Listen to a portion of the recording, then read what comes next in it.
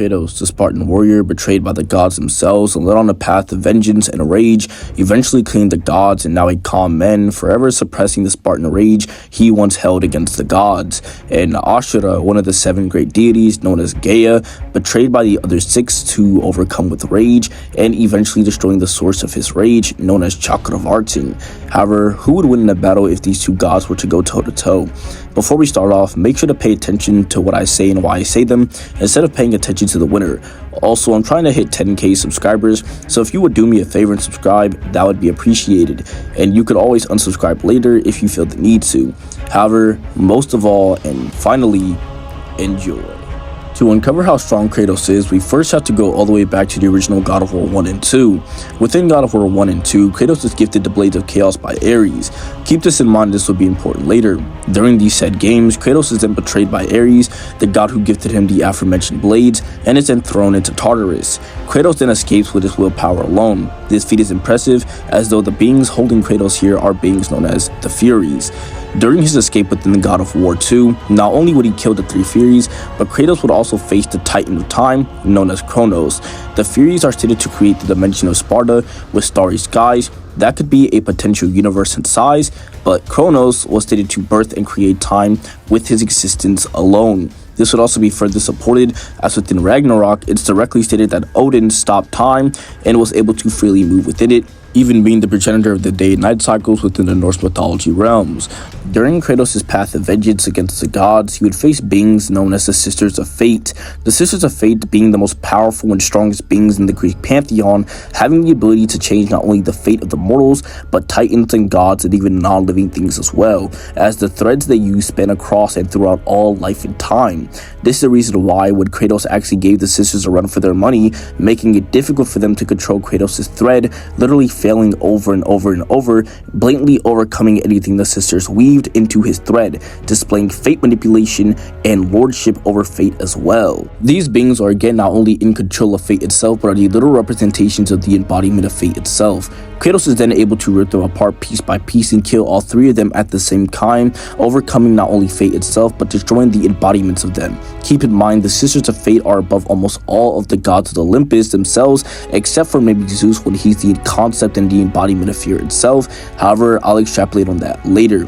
Kratos would then kill the current God of War known as Ares, and would then take his place within the Greek pantheon. During this iteration of the game, Kratos would also face off against Atlas, the same Atlas who is known for holding up the entire Greek realm, with Kratos burying him in order to hold up the Greek pantheon and keep the space between it and the pillar the world needs in order to essentially exist entirely. The pillar of the world, which is literally the pillar capable of holding everything within the Greek pantheon / realm, as it's stated in the official Ascension promotional material timeline, that its destruction, it destroys all of creation, and is reiterated in another timeline that follows this one, and Persephone states that once it's destroyed, that the world will revert back into chaos, which is the primordial realm, which spawned all others, even other primordials. Finally, in God of War 3, Kratos would then fight each and every single one of the gods of Olympus, including the likes of Gaia, the mother of Earth. Keep in mind, these gods not only reign over a certain attribute, but are these attributes themselves and completely make up the entire Greek world. For example, when Poseidon dies,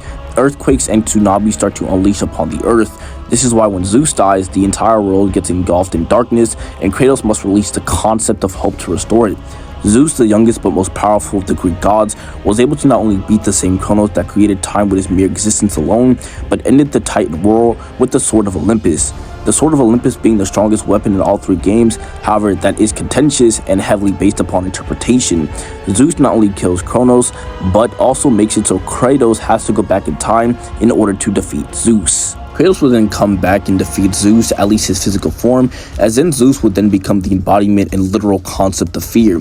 This is supported by a statement with Bruno Velasquez, the animation director of the God of War franchise in its entirety, who, yes, is a credible source, with him stating that yes, fear of Zeus is the concept, however, Kratos released it back within the world right before he killed Zeus, meaning the hope within Kratos, not to be confused with the one he has always had, but the one he got from Pandora's box, being, yes, a true concept. One can argue this to be a Platonic concept above hope and fear, and or a dualism such as good and evil, as Platonic concepts are beyond regular concepts, as concepts are not only the truest form of fear, such as fear Zeus, and Kratos are beyond time and space, and or the mental and physical plane entirely, which would put Kratos at universal. However, do keep in mind, this is complete wank. But what about adult or old Kratos within God of War 4? Within God of War 4, Kratos would then fight a character known as Baldur. Baldur was stated within the God of War art book to be Kratos' strongest opponent. This same Kratos not only is still passively suppressing himself, but is almost passively getting stronger. This would mean that Baldur is stronger than any literal concept and embodiment of fear itself in the form of Zeus. This is further supported as within the very same art book, Kratos verbatim states that Baldur's strength is greater than any, including Zeus, he had encountered within his past life, which would obviously include the likes of not only the gods of Olympus, but the Sisters of Fate, the Titans, and almost any other Greek antagonist you could think of. Keep in mind, this same Baldur is able to knock out the World Serpent in just 3 hits. However, do keep in mind that the World Serpent was off guard. However, this is still impressive due to the fact that along with Thor, the World Serpent was able to damage and split the World Tree and or Yggdrasil. Kratos would then fight an even more powerful Baldur, who absorbed the power of not only the Leviathan axe, but the fire from the Blades of Chaos. After defeating Baldur, Kratos would then fight Thor. As I mentioned prior, Thor was able to splinter the Yggdrasil, with the Yggdrasil being stated to transcend space and time, with each branch transcending the last in terms of dimensionality, meaning Kratos would be at the bare minimum infinitely 5D.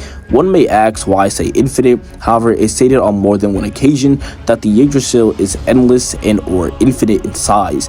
Even within God of War 3, Tartarus is stated to be immeasurable, endless, and even infinite in size within the God of War art books, and even within the God of War cutscenes. Kratos once again would fight an even more powerful Thor, who was not only mentally amped, but also had a rage amp and beat him. Keep in mind, a weaker Thor could beat and even kill a suppressed Kratos early on within Ragnarok. Moving on to speed, as I said prior, Hermes is able to traverse the realm of Tartarus within a finite amount of time. Kratos wasn't able to effortlessly kill Hermes and then go back to fight Zeus. Hermes always being a lower tier of the hierarchy, meaning yes, Kratos would be infinite speed. Then within God of War 5, it's directly stated that Odin was able to stop time and not only exist, but move within it. As I said prior, this same Kratos is able to keep up with this same Odin while suppressing his hope and Spartan rage, meaning an even weaker Kratos is able to keep up with said Odin, which would give Kratos inaccessible to immeasurable speed, depending on where you want Kratos to scale. With Kratos having 5th dimensional tiers of power and inaccessible to potentially immeasurable speed, how would he fare up against the god of rage and anger himself, Asura? Asura scales to a character known as Chakra of Arton. Chakra of Arton being a character who created 2 endless-sized space-time continuous and/or universes. This would mean that at bare minimum, Chakra of Arton as well as Asura is infinitely 4D. This isn't even the strongest version of Chakra of Arton that we see that would be introduced at the end of the game. This same Chakra of Arton, as however, is regarded as omnipotent throughout the game. However, do take this with a grain of salt. Also, omnipotent or all-powerful could just mean really powerful, or just being the most powerful at the time, or for all of time, not truly omnipotent like God.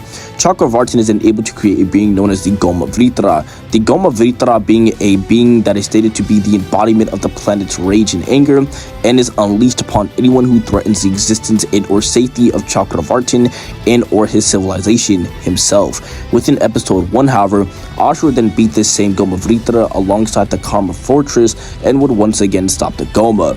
Asura would then be betrayed by the 7 demigods and thrown into Nirvana. Nirvana within Buddhist and Hindu mythology is a place of torment within the 6 realms of Samsara.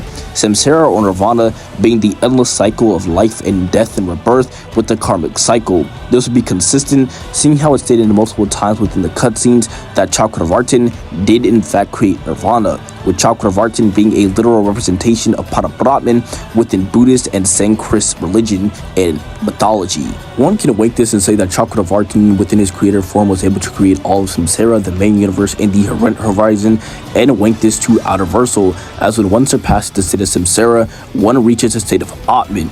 Atman from Hindu philosophy, the Hindu concept of self-realization, which is universal self, which is beyond identification, with concepts such as non-dualism and dualism, the ultimate reality Brahman, and being called Beta, which is non-dualism and dualism. This state of Atman is beyond Pada Brahman, being a diva spawned from Avalokiteshvara in a sutra, and or is commonly known as a Gwain Pada Brahman being, the ultimate reality beyond conception, comprehension, and identification. Obviously, this would be universal as being beyond concepts such as dualism and identification, which multiple concepts such as space and time are bound by, would scale to this. Space and time being the fundamental nature and aspect of all forms of dimensionality. Furthermore, this type of dualism or Buddhism is referring to Taoism, is more closely related to Eastern Taoism, which is a separate form of Western theological dualism. Taoism, the natural order of the universe, is different from dualism. Dualism, the philosophy where similar opposing concepts and or opposing concepts are in a constant state of balance, however, are contradictory to each other. Taoism posits that these things are necessary and aren't necessarily opposing each other, with life and death, happiness and sorrow, and light and dark all being beneficial for each other, and like the name suggests, being balanced and is the natural order of the universe itself in its entirety. As I said though, this is wank, but if you want Asura to be and compared to very strong verses like Devil May Cry, God of War, and things of that nature, just run this argument home. I'm sure it'll work. However, even the base state of Chakravartin is able to effortlessly slap away planets, stars, and even galaxies. One can very well argue that Chakravartin was absorbing the energy of the universe. Once again, this would be consistent due to the prior feats I've mentioned.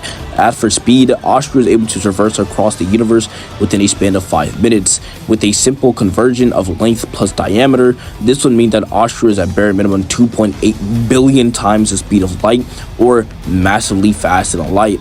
One may argue that Asura has inaccessible speed due to him being in Nirvana. However, it is directly stated that 12,000 years have passed, and there's a clear difference with the protectors of Gaia's strength. You could maybe argue that the Event Horizon doesn't have any present or notable time within it.